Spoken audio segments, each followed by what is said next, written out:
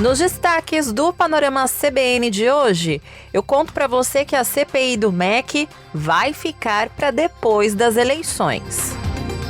Também atualizo você sobre a situação de alguns estados da região Nordeste que passa por um período chuvoso. E em Minas Gerais, uma mãe conseguiu uma liminar na justiça para que a filha possa jogar futebol na equipe dos meninos. Panorama CBN. Olá para você que está ouvindo o Panorama CBN. Eu sou a Juliana Prado e vou te contar em menos de 30 minutos tudo o que foi notícia nesta terça-feira, dia 5 de julho de 2022.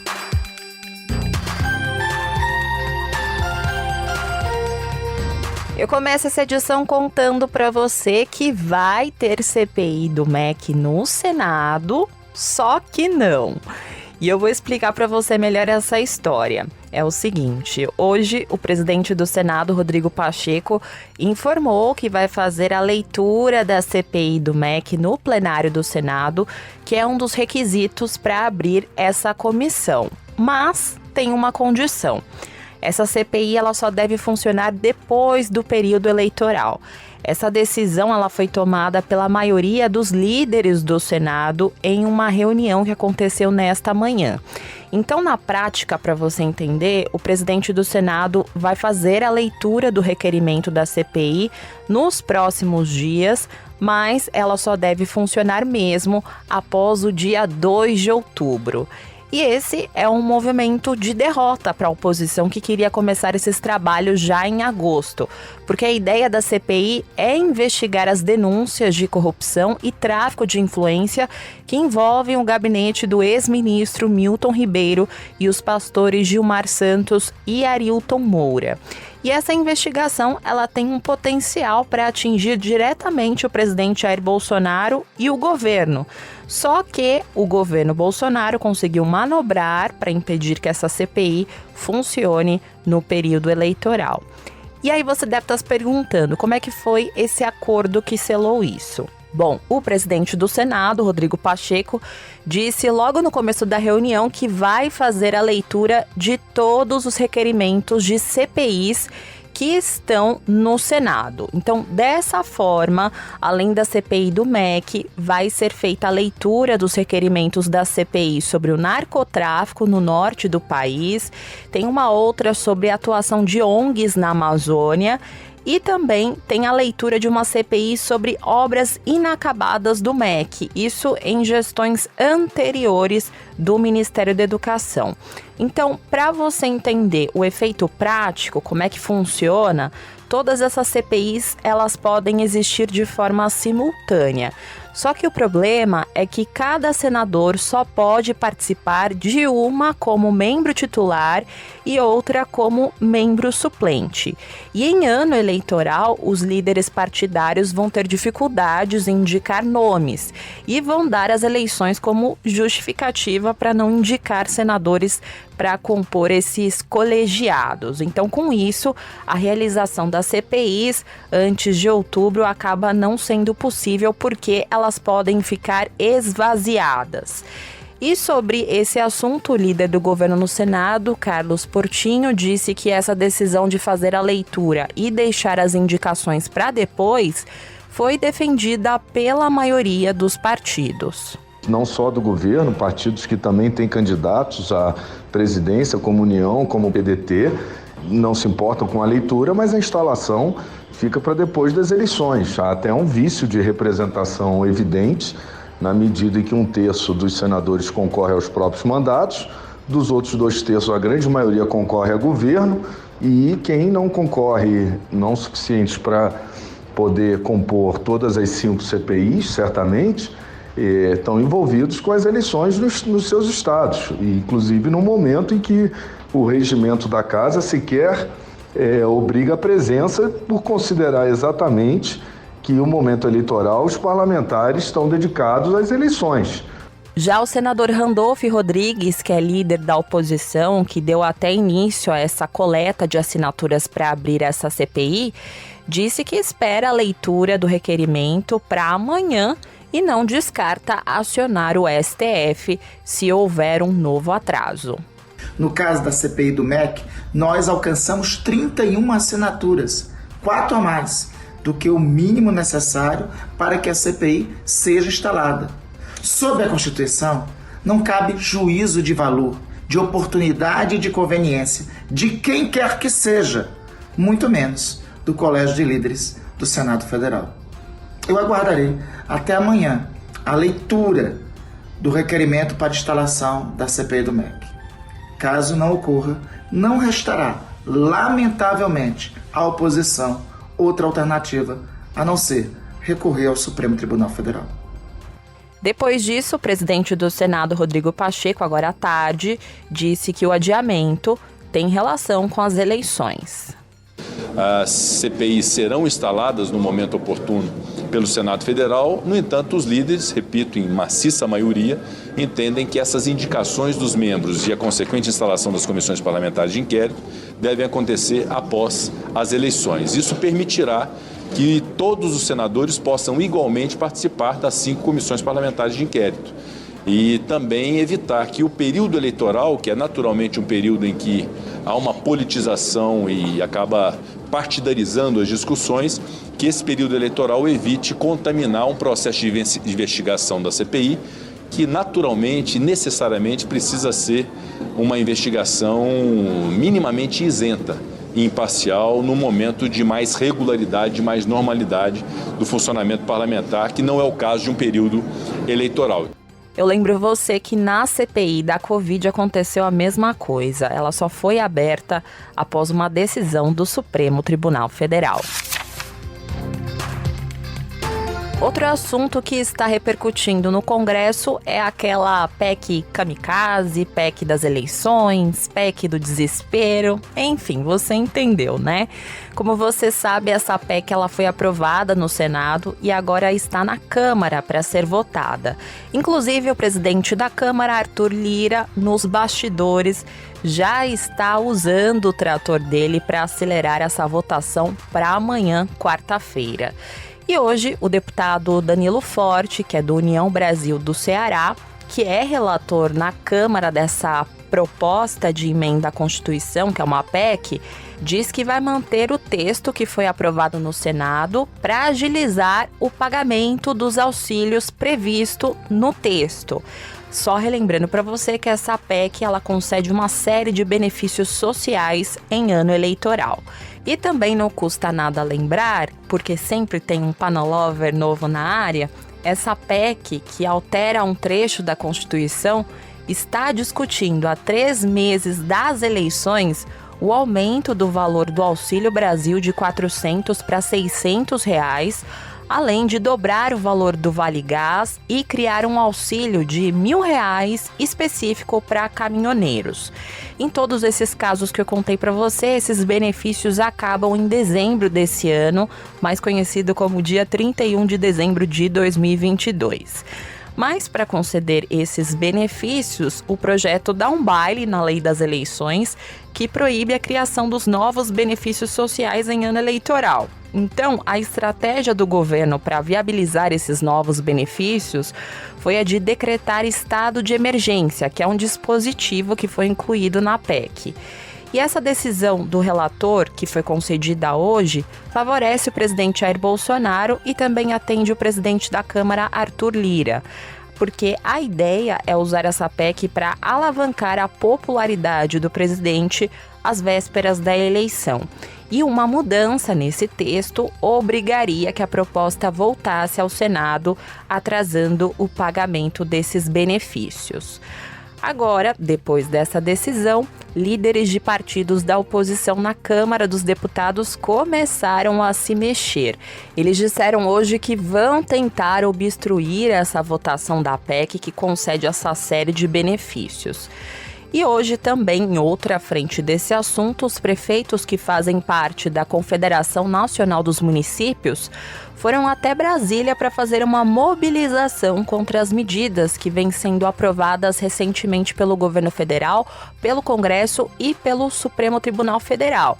Essas medidas aumentam gastos e reduzem receitas das cidades.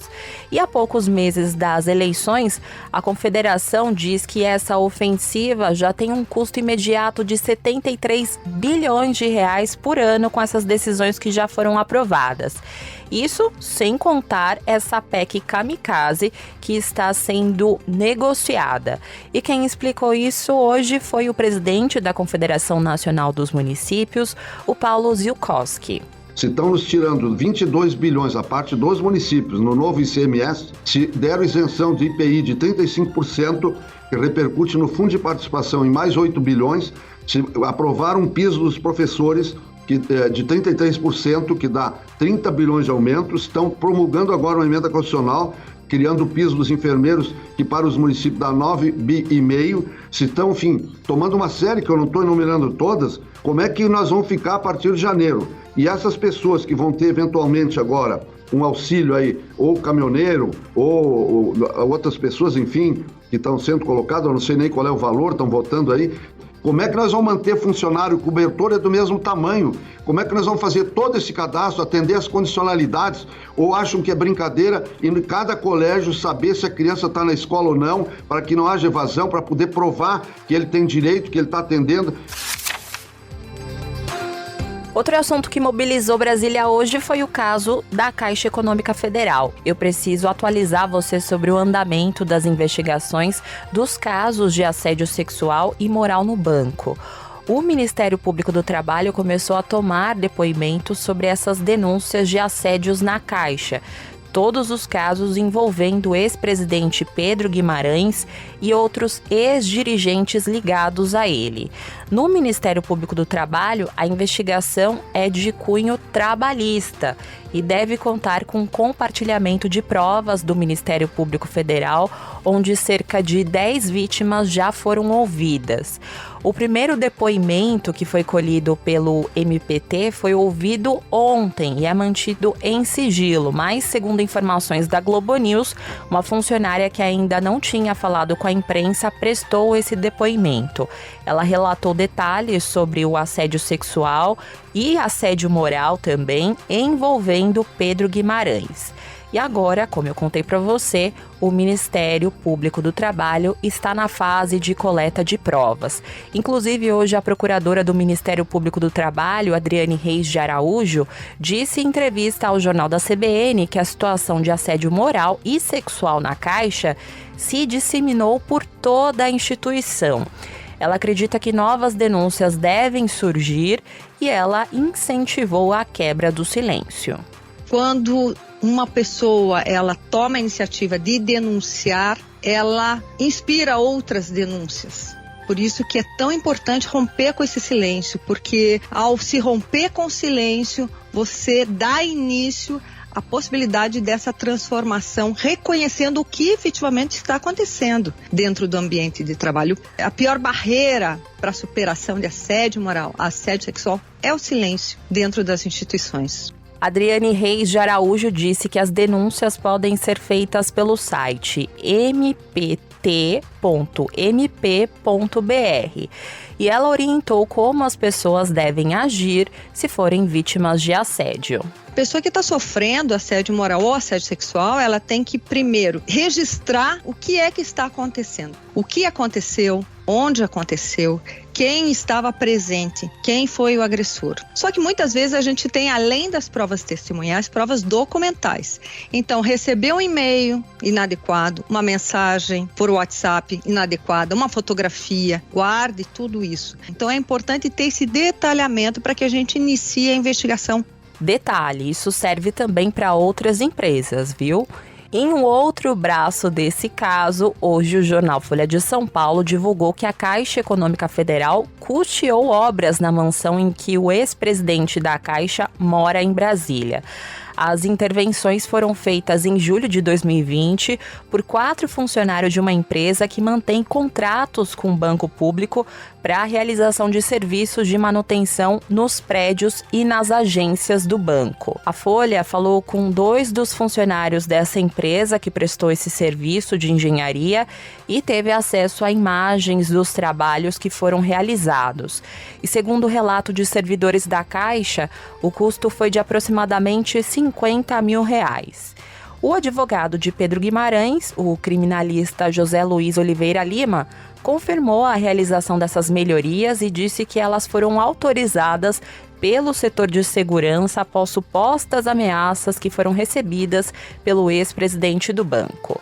A Caixa disse que as obras estão relacionadas à segurança do então presidente e são previstas em normas internas. Agora eu vou fazer uma pausa no noticiário para contar para você um recado do patrocinador deste podcast. O termo fintech nasceu da junção das palavras em inglês financial e technology, mas a expressão ganhou força ao longo do tempo, basicamente como sinônimo de startups que atuam diretamente com produtos financeiros. E para acompanhar esta evolução, o BV se transformou em um hub de produtos financeiros próprios e de terceiros, estabelecendo uma série de parcerias com fintechs. O time do Laboratório de Inovação busca constantemente soluções que tragam valor aos seus clientes e parceiros. O braço de Corporate Venture Capital investe em startups com atuação complementar à estratégia do banco e um acordo de longo prazo com o Google, que trabalha com dados e tecnologia digital para reimaginar a experiência digital dos clientes de serviços financeiros. Para saber mais, siga o BV na página do LinkedIn ou acesse bv.com.br.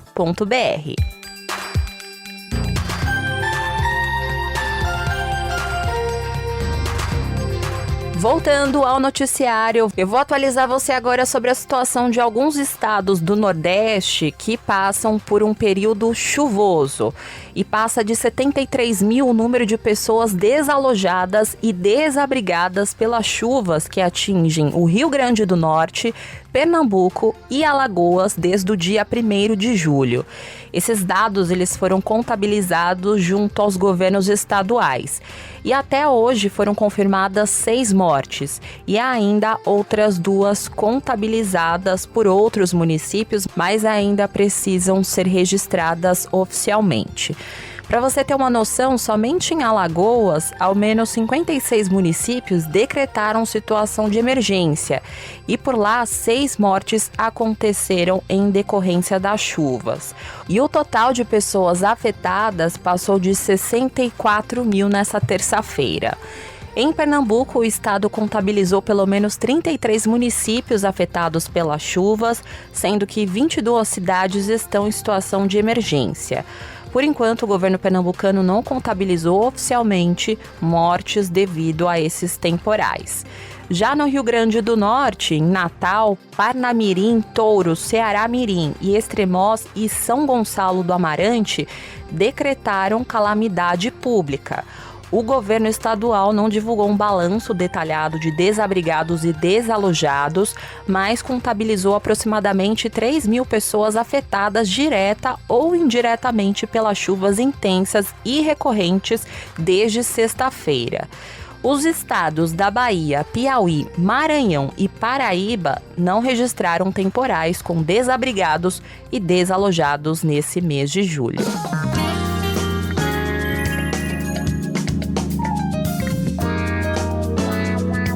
No mercado financeiro, a Bolsa de Valores de São Paulo encerrou o dia de hoje em baixa de 0,32% aos 98.294 pontos. No mercado de câmbio, o dólar comercial fechou em alta de 1,19%, cotado a R$ 5,389. Esse é o maior valor desde janeiro. Já o euro terminou negociado com uma desvalorização de 0,32% aos R$ 5,533.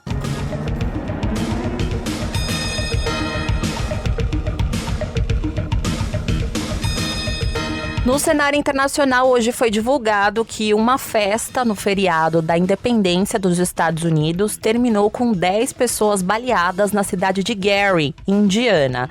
3 delas acabaram morrendo. Essa festa aconteceu ontem e a investigação sobre o que aconteceu está em andamento. E esse foi mais um incidente violento no feriado de 4 de julho nos Estados Unidos. Na cidade de Filadélfia, 2 policiais foram baleados num evento em que milhares de pessoas acompanhavam um show com queima de fogos de artifício. E também houve um ataque na cidade de Highland Park, no estado de Illinois. Pelo menos 6 pessoas morreram e ao menos 24 pessoas ficaram seriamente feridas. Segundo as autoridades, aparentemente o atirador estava em um telhado quando fez esses disparos. E um fuzil foi encontrado e apreendido e o assassino foi preso no final da noite de ontem.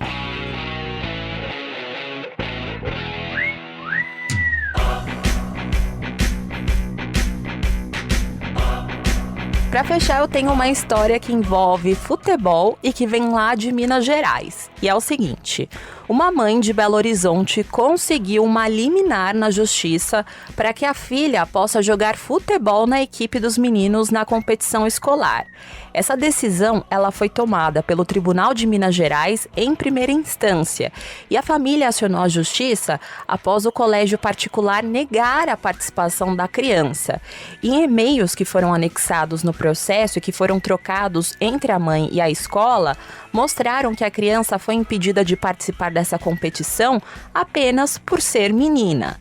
E em uma das mensagens, o colégio diz que não há tantas meninas nas turmas a ponto de se formar times para disputar uma competição. A escola também diz que nem todas as meninas querem ou gostam de jogar futebol. E ao avaliar esse caso, o juiz Rodrigo Ribeiro Lorenzon entendeu que Emanuele, de 10 anos, não poderia ser impedida de integrar os jogos escolares. Para o magistrado, a igualdade de direitos e obrigações entre homens e mulheres é constitucionalmente assegurada, além de que é dever público garantir educação, lazer, cultura, respeito e liberdade para as crianças e adolescentes. E outro ponto que pesou na decisão do juiz é que a criança joga futebol desde os 5 anos em uma escolinha. Inclusive, ela é zagueira. Além disso, rotineiramente, nas aulas de educação física, a menina também pratica esse esporte com outros alunos que são meninos, o que comprovaria que não há restrição cabível nesse sentido. A liminar ela foi concedida em caráter de urgência porque os jogos começam no próximo sábado. E o juiz estabeleceu uma pena de R$20 mil para a escola em caso de descumprimento. Essa decisão ainda cabe recurso. E a mãe de Emanuele, Daniela Alves Oliveira, contou para nossa reportagem que a decisão foi um momento de muita alegria para a família. E ela disse que eles saíram para comemorar e compraram uma chuteira nova para a estreia do campeonato. Eu entrei em êxtase, eu fiquei muito feliz mesmo, porque é uma vitória muito grande, não só nossa, como de todas as mulheres, né, de todas as meninas que já passaram pela escola e que não puderam jogar o futebol, das meninas que ainda estão lá e querem jogar, como as coleguinhas da sala de Manu e as meninas que ainda virão. Nós almoçamos fora, saímos à noite para poder comemorar e ficamos escolhendo uma chuteira azul com um tom de amarelo, para poder combinar com a camisa amarela, que é a camisa que o time dela vai jogar. E é isso, Manu vai jogar. A advogada especializada em direito das famílias, Daniela Veloso Pereira, disse ao longo da nossa programação que a decisão foi assertiva. E ela explicou que essa avaliação condiz com os princípios constitucionais que garantem a integridade e a dignidade humana.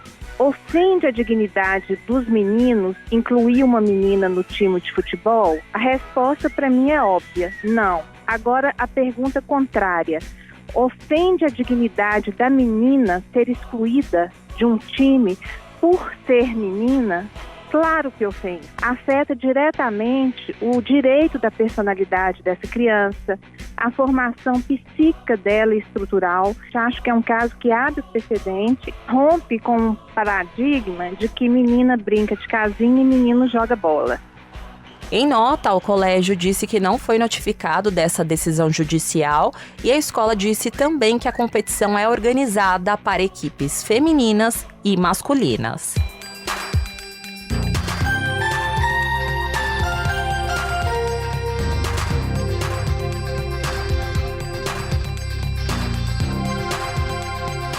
Agora eu vou ficando por aqui. Muito obrigada pela companhia de hoje. O roteiro dessa edição foi escrito por mim, a montagem e a sonorização são do Altair Cunha, o Alta.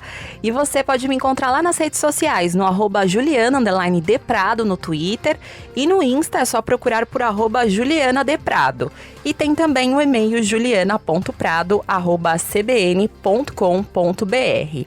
E eu vou aproveitar o momento para contar que o ouvinte Léo Contrim, de Itaipu, da cidade de Niterói, no Rio de Janeiro, escreveu para mim e disse o seguinte: Oi, Juliana, ouço todo dia o podcast da CBN, comecei há 2 meses e estou completamente fascinado com a dinâmica. Fico bem informado das principais notícias do dia em menos de 30 minutos. Um abraço para você, para a Bianca e para todos os colaboradores que fazem esse programa. Vida longa! Léo, nós que agradecemos a sua companhia e a intenção é essa mesmo, resumir para você o noticiário de forma bem didática, então eu espero que você continue aqui com a gente, combinado? Um grande abraço para você e muito obrigada pela parceria diária. E não se esqueça que amanhã tem a edição da manhã do Panorama CBN a partir das 7 horas da manhã com a Bianca Santos. Beijos para você e até mais! Panorama CBN. As principais notícias do dia em menos de meia hora.